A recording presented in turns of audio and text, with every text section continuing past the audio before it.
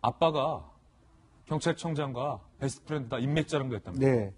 그 외삼촌과 아빠가 좀 그렇게 친한 베프다, 베스트 프렌드다라고 했기 때문에 또 하나는 엄마는 엄마대로 자기를 질책했으면서도 뒤를 다 봐준다. 이런 얘기들이 나름대로 수사를 받았으나 자기는 특권, 즉 경찰서장실에서 별도로 불러서 이 조사를 받았고 그 자체가 뭐겠습니까? 매우 형식적으로 받았고 결과적으로 경찰이나 검찰 또한 수사 불충분, 증거 불충분으로 다 기소유예 처분을 내렸다는 것도 이것을 배경으로 삼고 있는 것 같습니다. 예.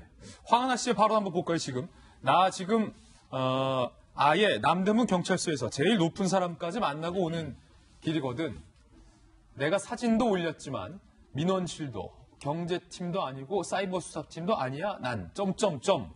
지인과의 대화가 녹취된 것도 지금 확보를 했다는 거예요. 경찰서 서장실에서 뭔가 조사를 받았다. 2015년이면은 사실은 아까 그 영상, 마약을 투약했었던 영상도 2015년 시점이었고, 과거 기소유예 처분을 받았던 시점과도 상당히 근접해 있다는 거예요. 그러면서 중앙지검 부장검사 이야기도 합니다.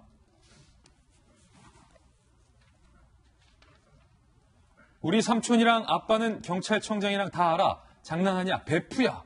라는 이야기를 한다는 건데, 아니, 이 말은 김범인 박사님. 네.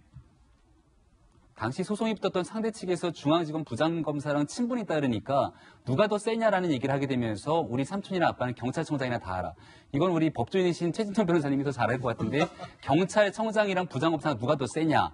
뭐 북한의 김정일 위원장이 과거에 호랑이랑 사자랑 싸움을 붙여서 누가 더 세냐 이런 얘기를 했던 모습을 기억나는데 내가 소위 말한 권력관계를 바탕으로 이렇게 강한 막강한 뒷배가 있기 때문에 전혀 문제될 게 없다라는 자신감을 친구들에게 보였던 것 같고요.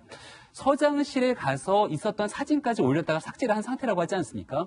저는 굉장히 놀라웠던 게 최근에 버닝썬데이에서 일어나고 있는 신종 마약들은 물뽕이라 해서 흔적이 잘 남지 않고 나중에 검사를 하게 되면은 시간이 조금 지나고 나면 금방 흔적이 사라진다 그러잖아요. 근데 주사기를 통해서 피로폰을 투약하게 되면 우리가 영화에서 딱 마약범들 검거했을 때 제일 먼저 팔목을 쫙 들어 올리면서 주사 자국을 확인하지 않습니까?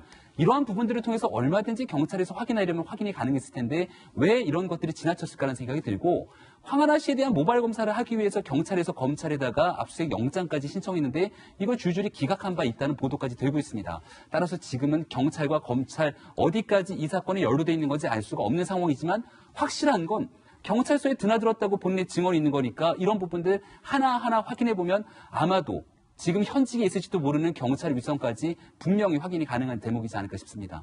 중앙지검 부장검사가 안 무섭다. 우리 삼촌과 아빠가 경찰청장이랑 베프다. 그리고 남대문 경찰서 서장실에 조사받고 나왔다는 사진까지 올렸다는데 당사자들은 어떤 입장을 밝혔는지 한번 취재가 됐습니다. 당시 경찰청장인 강신명 전 청장은 황하나가 누군지 모르고 남양유업에 아는 사람 전혀 없다라고 선을 그었습니다. 그리고 당시 남대문 경찰서장은 고소한 민원인을 만난 일이 없다라고 의혹을 부인하고 있는 상황입니다. 과연 진실은 무엇일지 조사해보면 드러나겠죠. 그런데 황하나가 2015년 지인에게 이런 카톡을 보냅니다. 아빠는 경찰청장이랑 베프, 엄마는 뒤처리 담당이니까.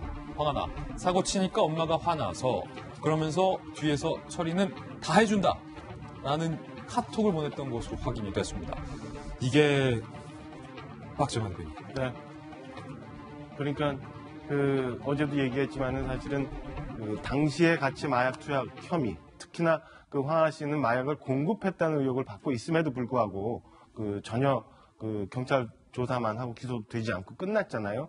상대 같이 공범이었던 사람은 징역 2년 6개월에 3년 집행유예를 받았음에도 불구하고 그래서 논란이 됐는데 결국에는 경찰 아빠를 통해서 경찰 그다음에 엄마는 또 뒤처리 다 해준다 하니까 돈 있는 재벌가의 사람들이 얼마나 이 권력기관과 유착돼서 있었던 문제들을 해결해 나가고 있었는지에 대해서 좀 더 이번 사건을 계기로 좀 찾아 나가야 되는 거고요. 그의 가운데 서서 황하나 씨는 저렇게 계속 마약을 투약하면서 이런저런 동영상을 올리고 여러 가지 볼썽사나운 모습들을 국민들한테 보여주고 있었던. 다만 아직까지는 의혹이지 마약을 투약했다고 단정하기 그렇죠. 어렵습니다. 단정하기는 어렵다는 상황이죠. 어려운데요.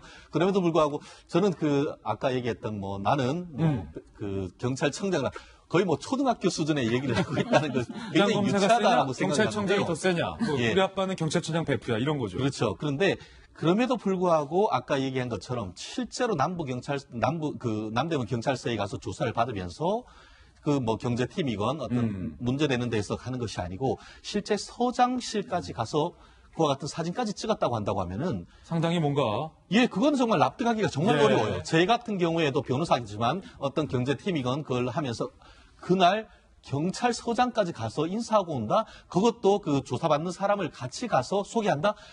정말 어떤 그 개인적인 그 어떤 관계가 있지 않다라고 하면 그렇게 하는 것은 사실상 불가능하죠. 예. 그렇기 때문에 저런 부분에 대해서 지금 아까 그 당시 2015년 당시 남대문 경찰서장 같은 경우에는 그런 적 없다라고 합니다만 정말 아까 그 사진까지 그때 어떤 올렸고 그런 부분이 있다고 한다고 하면은 그런 부분에 대해서는 경찰과의 어떤 유착 의혹도 있을 수 있는 부분이 없지 않기 때문에 이 부분에 대해서는 이 말씀드린 것처럼 황하나 씨의 그 당시 그 마약 관련된 무혐의 결정 그리고 그 과정에서의 어떤 수사 외압 이런 부분에 대해서는 한번 조사해 볼 필요도 있지 않나 생각합니다. 그리고 이번에 공개된 이 약에 취한 듯한 그 동영상까지도 함께 조사가 이루어져야 할 것 같은데 이 황하나 불똥이 남양 유업으로 튀고 있습니다.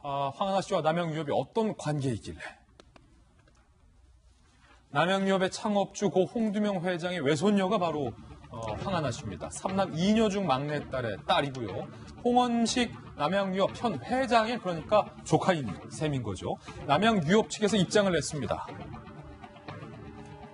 황하나 일가족 누구도 회사와 관련된 일을 하거나 지분을 갖고 있지 않다. 창업주 외손녀라는 이유로 연관을 지어서 대리점주와 낙농가 등 많은 피해를 입고 있다. 비록 외삼촌이 회장이긴 하지만 황하나 씨가 직접 남양유업의 어떤 경영에 관여하고 있지는 않다라는 거예요. 걱정되는 게 박정화 대변인, 바로다 박 선생님, 대리점주들 피해가 또 이만저만이 아닐까 봐 좀 그게 제일 걱정이에요.